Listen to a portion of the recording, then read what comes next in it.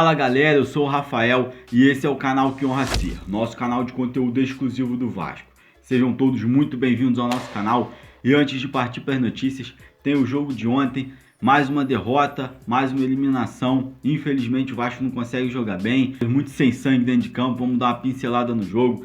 Tem notícia ruim sobre mais dívida, dívida alta com o ex-treinador do Vasco, Dorival Júnior. Tem notícia boa também, né?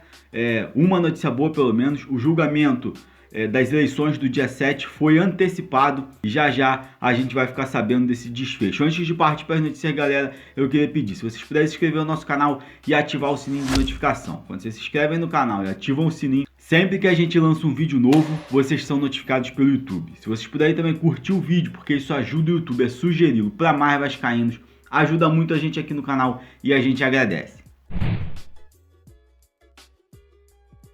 Começando falando do jogo de ontem, né, galera? Vasco, Defensa e Justiça. Eu confesso que antes de jogar com o Vasco, eu tinha ouvido falar muito pouco nesse time. E infelizmente a gente vê o Vasco sendo derrotado dentro de São Januário e eliminado da Copa Sul-Americana por um time pequeno da Argentina. Infelizmente essa é a nossa atual realidade. Jogo muito ruim do Vasco. O Vasco jogou muito mal, na minha opinião. Antes de estar perdendo por 1-0, o Vasco já estava recuado. Jogando recuado, de forma muito... chamando mesmo o time adversário, o time argentino, para o campo defensivo do Vasco. Depois que o Vasco tomou o gol, ao invés de mudar a mentalidade e ir para cima do Defensa e Justiça, o Vasco continuou recuado. Eu não consigo entender isso. Leandro Castan andando dentro de campo, errando lances bobos. Parecia um jogador iniciante, bizonho o Leandro Castan. Muita gente está desconfiando que o Leandro Castan está rachando o grupo e tá jogando de má vontade. Eu não posso acusar o jogador de estar jogando de má vontade aqui, né? Sem saber. Mas tá muito estranho mesmo. O futebol do Leandro Castan caiu muito. Tá muito estranha essa situação que o Leandro Castan voltou.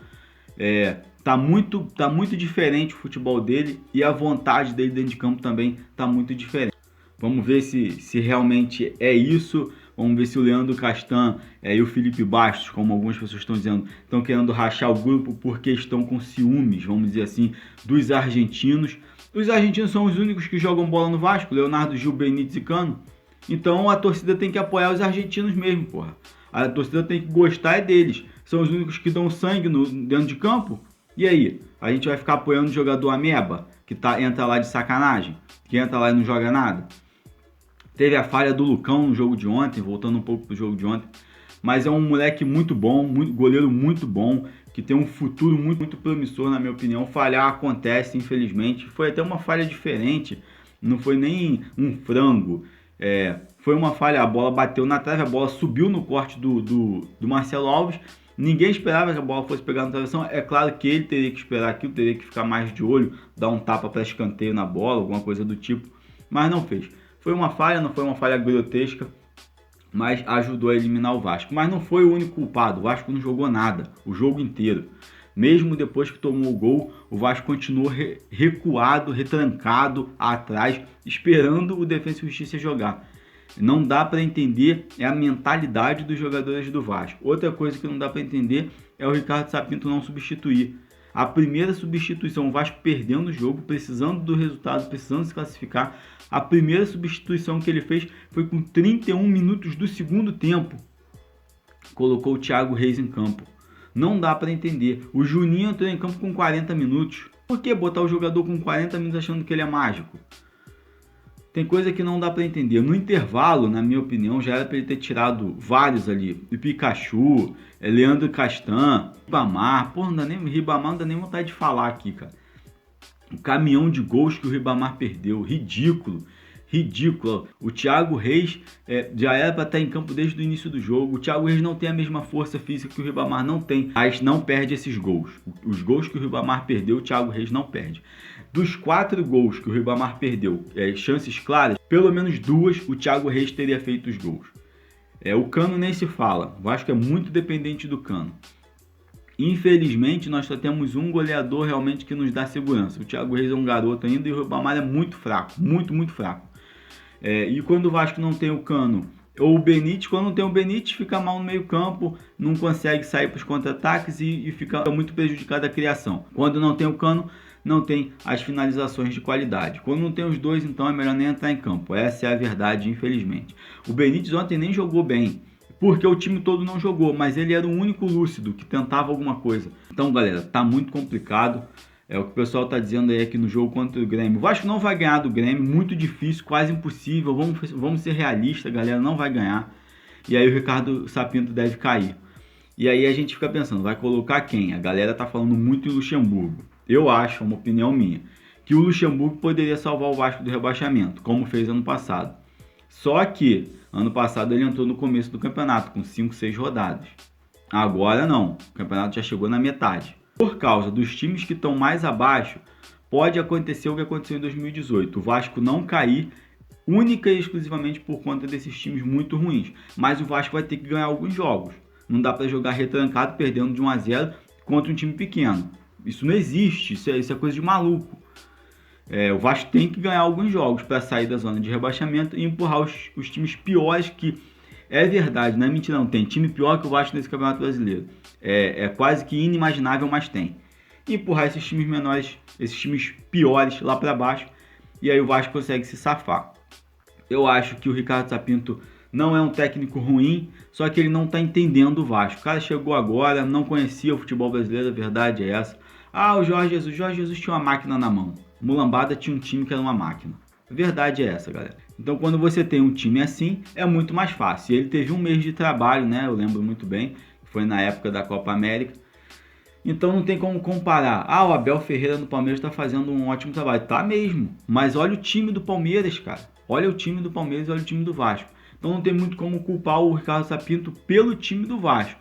Tem como culpá-lo, por exemplo, por não fazer as substituições. O cara esperar 31 minutos do segundo tempo para fazer a primeira substituição, perdendo o jogo, precisando da vitória, precisando se classificar, é muito complicado.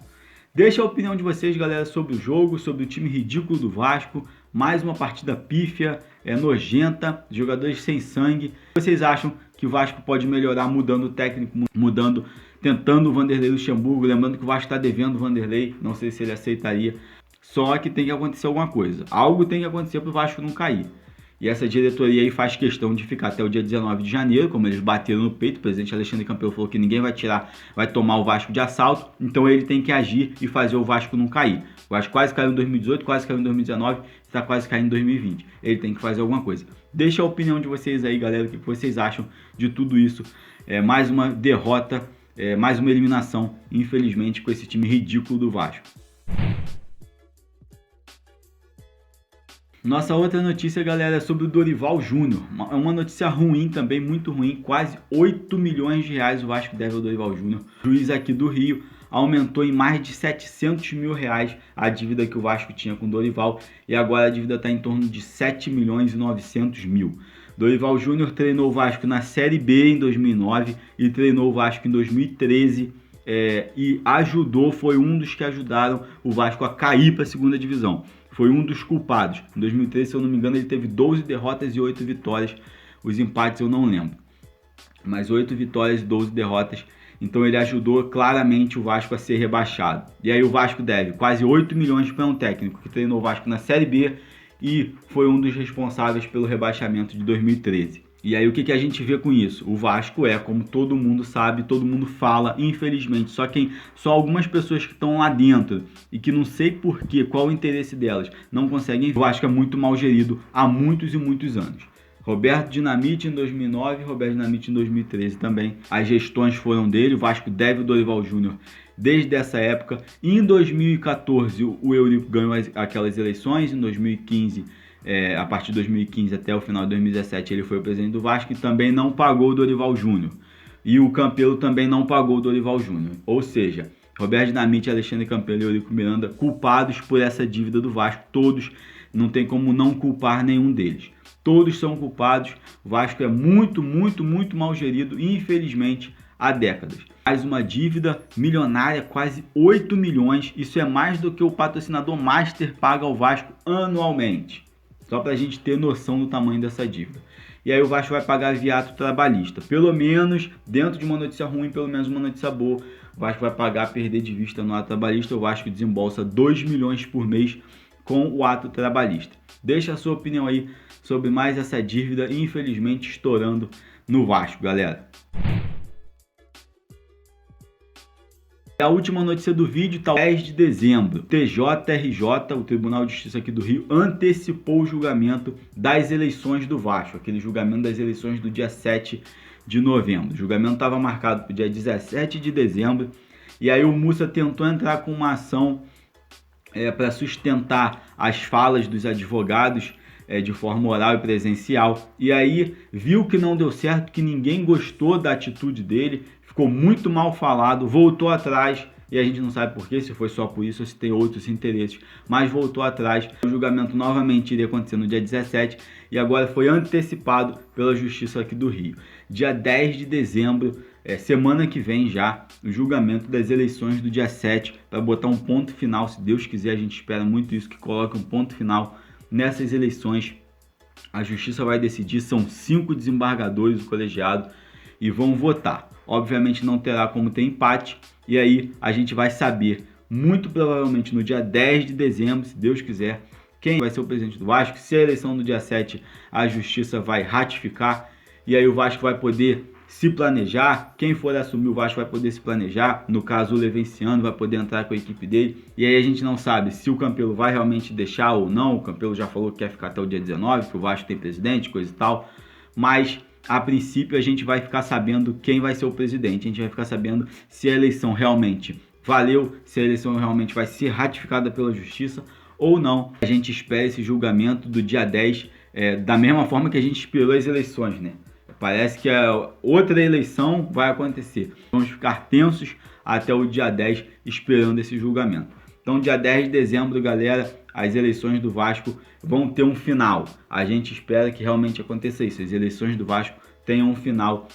O julgamento vai acontecer no dia 10. Deixa a sua opinião aí, galera, sobre as eleições. O que você acha que vai acontecer? Qual eleição você acha que valeu? Dia 7, teve aquela do dia 14, mas que não está valendo. Para a Justiça, nesse momento, a eleição que vale é a do dia 7.